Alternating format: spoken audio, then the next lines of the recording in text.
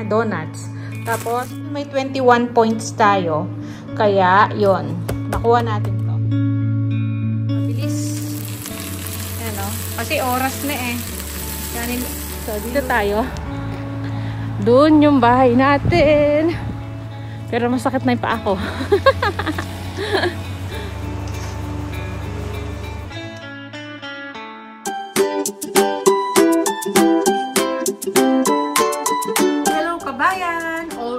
Positive. So, ayan. Gandang gabi po. Ayan. Papakita ko lang yung napamili namin. Ka-uwi lang namin ni Mr. Nag-grocery tayo. Ginamit namin kasi yung natitirang gift card natin. Dito yung balance natin dito, $44 something pa siya. Tapos ito, yung isang voucher ni Mr. Yung binigay na isang sobre pala. Ayan. May gift card tayo. $50 naman siya. So, ang total nito, ingay nung air fryer. Magluluto kasi si Mr. Magluluto ng chicken. So, ito $50. Tapos yung natitira natin dito $44 something. Kaya $94 something siya. Kaya ito yung mga napamili natin, mga nakuha natin. Libre ito. Galing sa gift card. So, ayan, kumuha tayo ng pork mince. Kumuha ako ng chicken liver. Tapos, ito, karne ng baboy. Ayan. Pork yan. Laman. Tapos, ito yung lulutuin ni Mr. na chicken. Ayan. Barbecue rub. With barbecue rub. Tapos, ito yung drumstick. Chicken drumstick natin. Dalawang itlog na dalawang tray. Tapos, meron tayo dyan. Milk. And then, tinapay. Tapos, yung kay Bunso. Ayan. Donut niya. Donuts. Tapos, kumuha ko ng carrots kasi wala na tayong carrots. Tsaka ito lang. Tapos, meron tayong points. Ayan, collect free kitchen knives with kitchen knife credits. So, meron kaming 21 kitchen knife credits. So, ito, ayan, 20 points to. Ayan, kung bibilihin mo siya, $20. Kaya lang, dahil may 21 points tayo, kaya, yon, nakuha natin to. Ayan, kinuha ni Mr. Di ba yung nakaraan, bread knife. So, ngayon, ito naman. O, di ba? Nakakaipot tayo ng mga, libreng gamit. Ayan. So, tapos na siya ngayon. Hanggang na lang siya. January 7, sakto. Nang pumunta kami ngayon. So, ang napamili pala natin, nagkakahalaga ng $94.37. Sakto siya sa ating gift card. O, diba? Kaya wala na laman to. Okay na. Nagamit na. So, ayan yung ating mga napamili. So, ayan, magluluto na kami ni Mr. At gutom na sigurado si Bunso. So, ayan, siya.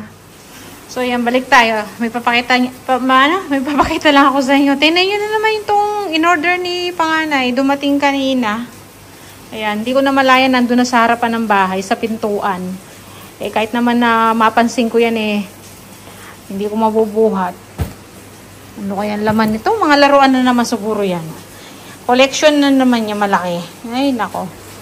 Wala nang paglalagyan napupuno yung kwarto niya. So, ayan. Niluluto na namin yung yung chicken barbecue natin. Tapos yung isa, naka-air fryer, ay yung 3 piraso.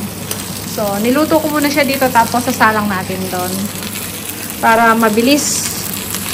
Ayan, kasi oras na Kaya niluto ko na dito yung iba. Tapos, nagsasaing pa lang ako.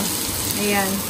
Hanggang bukas na yan, kakainin nila pati yung sinaing kasi maaga tayong aalis dahil nga tayo ay di-deliver uli. Natapos na yung yung mga na-sort ko, wala na diyan. So ayusin ko lang tong mga kalat na to. At maya-maya ay makakain na. Ay yung Christmas light dito sa labas, hindi na namin tinanggal. Sa likod lang naman siya. Tsaka yun sa harapan, ang nakalagay lang yan doon yung nasa halaman. So, ayan. Ito. Linis muna ako. Ayan, good morning. Tayo ay nakapag-deliver na. Wednesday ngayon. So, tapos na ako. Nakapag-walking tayo. Exercise, 'di ba? Nakakapag-exercise tayo pag umaga. Buti na lang di masyadong mainit pa. At maaga akong natapos. So, yan. Ang dami ko nakakasalubong mga naglalakad. Nagwo-walking din. Yan. Pawis na pawis yung likod ko nito. So,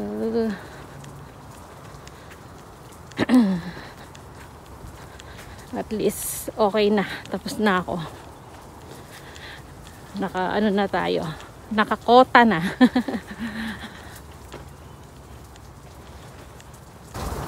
Iniwan ko yung mag-ama eh. Si panganay tsaka si mister. Maaga naman ako nakapagluto. Kaya may kakainin na sila. Tsaka babaunin. Halos kaalis pa lang nila niyan. May dala naman akong susi. Si Bunso tulog pa yun. Bukas pa ang pasok niya uli. Kahapon pumasok siya. Ngayon wala. Bukas meron uli. Thursday. So yan ang park dito. Pwede kang mag-exercise dito. Malapit lang sa namin, sa lugar. Kahit dun sa tabi ng namin, place namin, may park din doon na pwede kang mag-ikot-ikot doon. May playground din. So yan, sarap maglakad pag umaga. Basta wag lang mataas ang tirik ng araw. Kakapaglakad-lakad tayo. So dito na lang ako dadaan. Ay, dito na lang. Ayan. Mga shortcut na itong dinaanan ko eh. Papunta sa bahay. So malapit na rin tayo. Medyo shaky itong ating video kasi gamit ko yung isang itong maliit na cellphone ko. Yung luma. Hindi ko dala yung aking isa. So yan, lapit na tayo sa highway.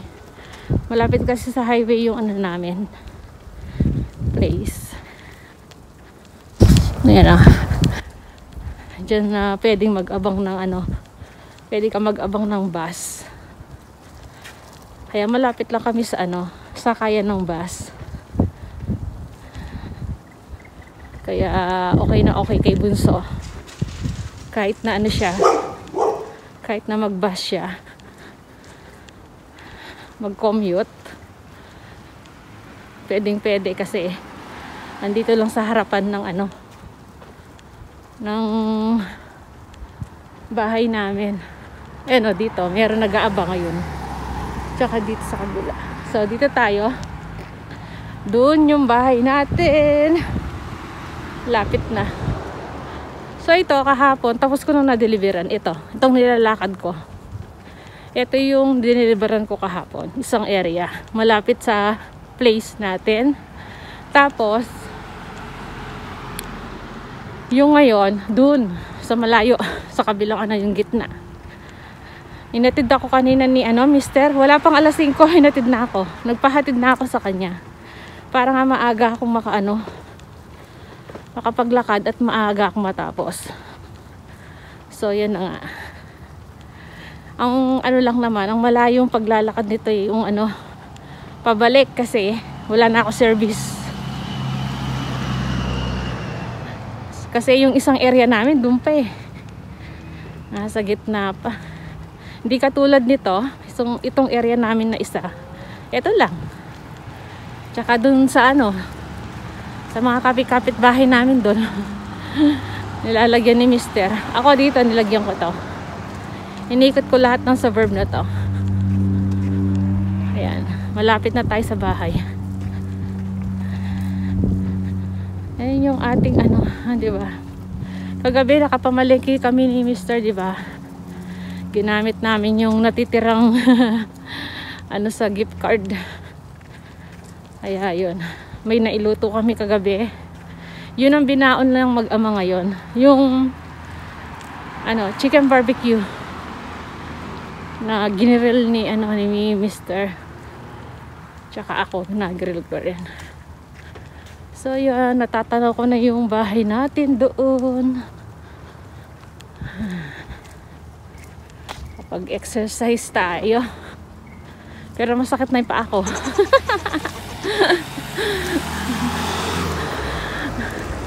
Sakit na yung paa ko sa kakalakad. Mahaba-haba din kasi yung nilakad natin. Ayan, natatanaw ko na yung bahay. Ay. Ayan. So, yun. Diba? Dito lang sa kabila. Doon yung mga basta pa yun, no? Tsaka doon. Lalakad lang ng konti si Bunso. Tapos, yun na. Bahay na natin. So, yan. Dito lang tayo sa dadaan. Diba? At least mga walking distance lang yung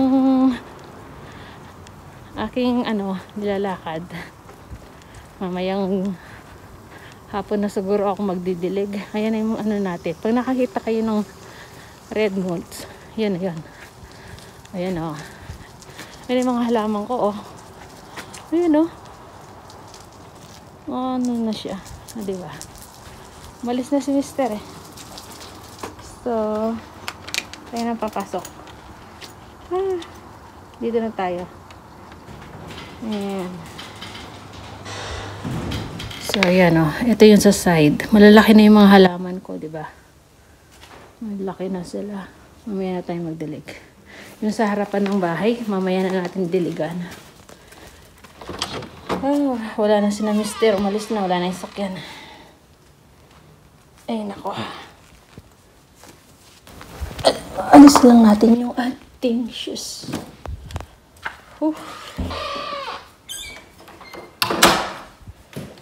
Ating chinelas.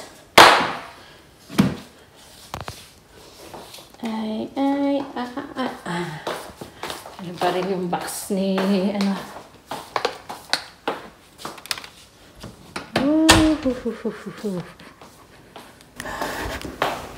So, marami pa tayong ililigpit. Ayan.